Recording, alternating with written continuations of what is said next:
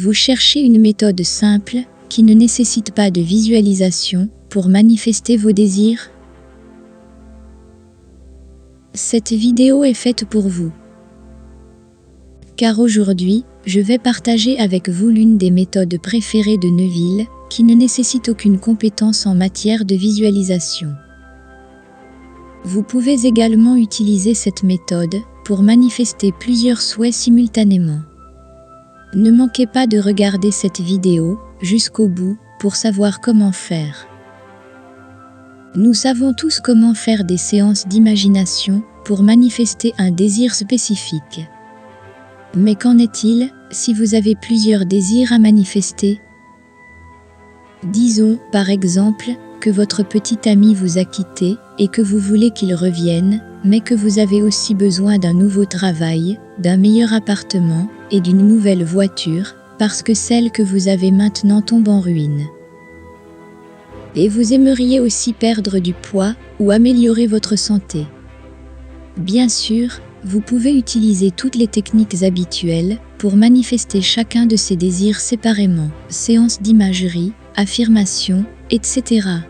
Mais si vous voulez manifester plus de 2 ou 3 souhaits en même temps, ou si vous êtes dans une situation si grave que vous avez vraiment besoin de manifester plusieurs choses à la fois, parce qu'elles sont toutes prioritaires pour votre bien-être, alors le fait de devoir faire une séance d'imagerie par jour, jour après jour, pour, disons, 6 souhaits différents, peut devenir très vite insurmontable. Mais n'ayez crainte, car Neville a une technique spécialement conçue pour cela. Et si vous avez du mal à visualiser, c'est une excellente méthode pour vous, parce qu'elle ne nécessite pas de visualisation. Vous pouvez utiliser la visualisation en même temps que cette méthode, mais vous n'êtes pas obligé de le faire, et cela fonctionnera tout aussi bien. Si vous êtes nouveau sur ce canal, ou si vous n'avez jamais entendu parler de Neville, sachez que Neville Goddard était un enseignant spirituel, qui a vécu la majeure partie de sa vie aux États-Unis durant la première moitié du XXe siècle. Neville croyait que l'imagination humaine est Dieu et que si vous avez un désir, n'importe quel désir, vous pouvez le manifester dans votre monde physique en concentrant votre imagination sur ce qu'il serait si vous aviez déjà ce désir. Je vais donc d'abord vous donner la méthode, puis je vais partager avec vous quelques citations tirées des conférences et des livres de Neville, afin que vous puissiez voir comment il recommandait d'utiliser cette méthode, ainsi que quelques exemples de réussite de ses étudiants et de personnes qui ont utilisé cette méthode pour manifester leurs désirs. Cette méthode s'appelle « Ce n'est pas merveilleux » et vous comprendrez pourquoi dans une seconde. Voici comment utiliser cette technique. Au lieu de vous concentrer sur chaque chose spécifique que vous voulez manifester, essayez de voir la scène où vous avez déjà une chose, essayez de capturer le sentiment d'avoir déjà cette chose dans votre vie. Par exemple, disons que vous voulez une nouvelle voiture. Comment vous sentiriez-vous si vous aviez une nouvelle voiture en ce moment? Peut-être seriez-vous heureux d'avoir une nouvelle voiture, ou peut-être seriez-vous soulagé que votre vieille voiture tombe en panne, et que vous sachiez maintenant que vous avez une nouvelle voiture fiable que vous pouvez conduire jusqu'au travail. Maintenant, si vous voulez manifester d'autres choses, capturez le sentiment d'avoir ces choses aussi. Outre la voiture, que ressentiriez-vous si vous aviez une nouvelle voiture, un nouveau travail, et si votre ex était non seulement revenu, mais s'était excusé pour tout, et vous avait demandé en mariage? Saisissez ce sentiment de joie, que tout a changé dans votre vie pour le mieux, que vous avez tout ce que vous voulez, et ensuite, tout en continuant à ressentir ce sentiment, répétez à vous-même encore et encore, n'est-ce pas merveilleux? C'est tout. Vous voyez, la raison pour laquelle cette technique fonctionne, c'est aussi parce que nous pensons que les sentiments de joie ou de soulagement sont le résultat de la possession des choses que nous voulons dans le monde physique, alors qu'en fait, c'est l'inverse qui se produit. Les sentiments de joie sont ce qui crée les choses que nous désirons dans le monde physique. Donc, si vous pouvez ressentir la joie maintenant, d'avoir déjà ces choses que vous désirez dans votre imagination, alors elles n'ont pas d'autre choix que de se manifester dans votre monde physique aussi. Laissez-moi d'abord vous lire ce que Neville avait à dire sur cette méthode, puis nous passerons aux exemples de réussite. Il s'agit d'un extrait d'un livret publié en 1948 et intitulé Neville Classroom Instruction, une série de 5 leçons de démonstration plus une session de questions et réponses. D'ailleurs, je mettrai un lien dans la description ci-dessous pour que vous puissiez le lire, si vous le souhaitez après avoir regardé cette vidéo. Voici donc un extrait de la séance de questions-réponses du livret de 5 leçons. Est-il possible d'imaginer plusieurs choses en même temps, ou dois-je limiter mon imagination à un seul désir? Personnellement, j'aime limiter mon acte imaginaire à une seule pensée. Mais cela ne veut pas dire que je m'arrête là. Au cours d'une journée, je peux imaginer beaucoup de choses. Mais au lieu d'imaginer beaucoup de petites choses, je vous suggère d'imaginer quelque chose de si grand qu'il englobe toutes les petites choses. Au lieu d'imaginer la richesse, la santé, les amis, imaginez l'extase. Vous ne pouvez pas être en extase et souffrir. Vous ne pouvez pas être en extase et être menacé d'un avis d'expulsion. Vous ne pouvez pas être en extase si vous ne jouissez pas pleinement de l'amitié et de l'amour. Que ressentiriez-vous si vous étiez en extase sans savoir ce qui l'a provoqué? Réduisez l'idée de l'extase à une seule sensation, comme c'est merveilleux. Ne permettez pas à l'esprit conscient et raisonnant de demander pourquoi, car s'il le fait, il commencera à chercher des causes visibles et la sensation sera perdue. Au contraire, répétez encore et encore, n'est-ce pas merveilleux? Suspendez votre jugement sur ce qui est merveilleux, saisissez l'unique sensation de l'émerveillement de tout cela, et les choses se produiront pour témoigner de la véracité de cette sensation. Et je vous promets que cela inclura toutes les petites choses. Voilà ce que Neville avait à dire sur la façon d'utiliser cette technique pour manifester plusieurs désirs à la fois. Permettez-moi maintenant de partager avec vous l'histoire d'une femme qui a utilisé cette technique pour manifester de grands changements dans sa vie. L'histoire suivante est tirée du livre The Law and the Promise de Neville, chapitre 7. La dame de l'histoire suivante a tellement bien ressenti la réalisation de son souhait qu'elle a fait de son humeur le personnage de la nuit, figé dans un sommeil délicieux. La plupart d'entre nous lisent et aiment les contes de fées, mais nous savons tous que les histoires de richesses improbables et de bonne fortune sont destinées aux plus jeunes, n'est-ce pas? Mais c'est le cas. Je voudrais vous parler de quelque chose d'incroyablement merveilleux qui m'est arrivé grâce au pouvoir de mon imagination, et je ne suis pas jeune. Nous vivons à une époque qui ne croit ni aux fables ni à la magie, et pourtant, tout ce que je pouvais souhaiter, dans mes rêves les plus fous m'a été donné par le simple fait que vous enseignez que l'imagination crée la réalité et que le sentiment est le secret de l'imagination. À l'époque où cette merveille m'est arrivée, j'étais au chômage et je n'avais pas de famille vers qui me tourner pour obtenir du soutien. J'avais besoin de presque tout pour trouver un emploi décent. J'avais besoin d'une voiture pour en chercher un, et même si j'en avais une, elle était tellement usée qu'elle était sur le point de tomber en panne. Elle n'avait pas payé son loyer. Je n'avais pas de vêtements appropriés pour chercher un emploi. Et de nos jours, ce n'est pas amusant pour une femme de 55 ans de postuler à un emploi, quel qu'il soit. Mon compte en banque était presque épuisé et je n'avais aucun ami vers qui me tourner. Mais j'assistais à ces conférences depuis près d'1 an et mon désespoir m'a poussé à mettre mon imagination à l'épreuve. En effet, je n'avais rien à perdre. Il était naturel pour moi, je suppose, de commencer par imaginer que j'avais tout ce dont j'avais besoin. Tant de choses en si peu de temps que je me suis retrouvée épuisée lorsque j'ai enfin terminé la liste. Et à ce moment-là, j'étais tellement nerveuse que je n'arrivais pas à dormir. Un soir de conférence, je vous ai entendu parler d'un artiste qui incarnait, dans son expérience personnelle, le sentiment, ou le mot, comme vous l'appelez, de ce n'est pas merveilleux. J'ai commencé à appliquer cette idée à moi-même.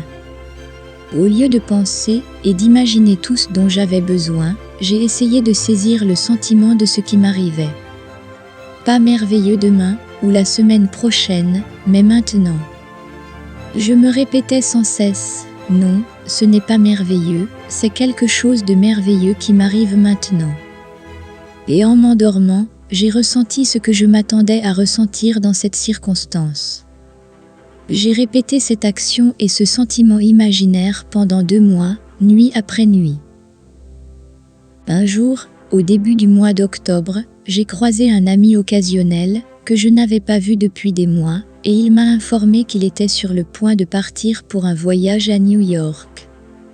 Il avait vécu à New York, il y a de nombreuses années, et nous avons parlé de la ville pendant quelques instants, puis nous nous sommes quittés. J'ai complètement oublié l'incident. Un mois plus tard, ce jour-là, cet homme a appelé mon appartement et m'a simplement remis un chèque certifié à mon nom d'un montant de $25 000. Lorsque j'ai surmonté le choc initial de voir mon nom sur un chèque d'une telle somme, l'histoire qui s'est déroulée m'a semblé être un rêve. Il s'agissait d'un ami que je n'avais pas vu ni entendu depuis plus de 25 ans. J'ai appris que cet ami du passé était devenu extrêmement riche au cours de ces 25 années.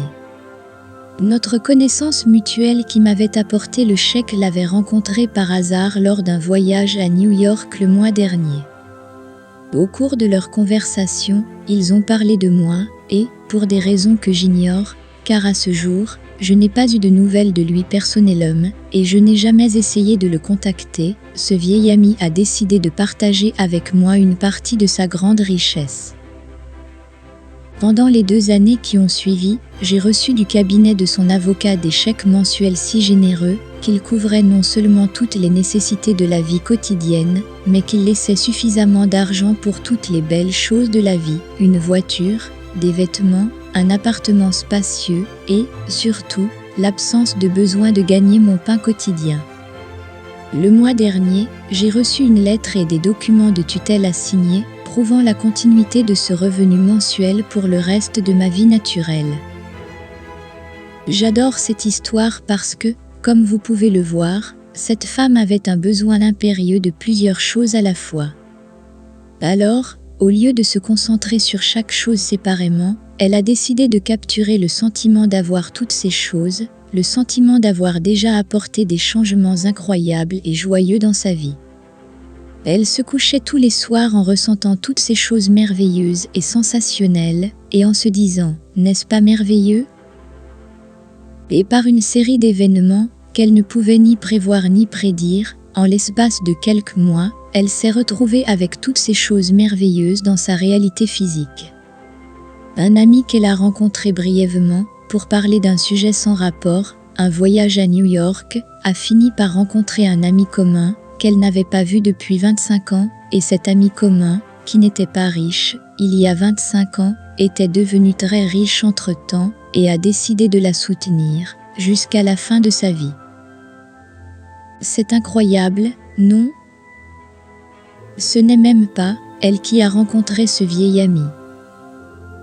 Il s'agit d'une série d'événements qu'il serait impensable d'essayer de créer par des actions physiques.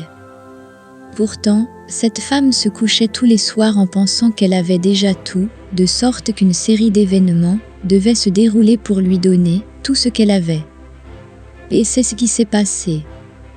C'est ce qui se passe lorsque vous vivez à partir de la fin, lorsque vous vivez à partir du résultat final d'avoir toutes les choses que vous voulez et que vous vivez dans ce sentiment de joie et de plénitude que vous éprouveriez si toutes les choses que vous désirez s'étaient déjà manifestées dans votre réalité physique. Je vais maintenant partager avec vous une autre histoire de réussite avec cette méthode, et celle-ci est tirée de Imagining Grit, c'est ce que dit Neville. Permettez-moi de vous raconter l'histoire d'une dame que je connais. À l'âge de 16 ans environ, elle vivait en Californie du Nord. Elle était dévouée à son père, qui vivait haut, large et beau. Il subvenait très bien aux besoins de la famille, jusqu'au jour où il a été tué.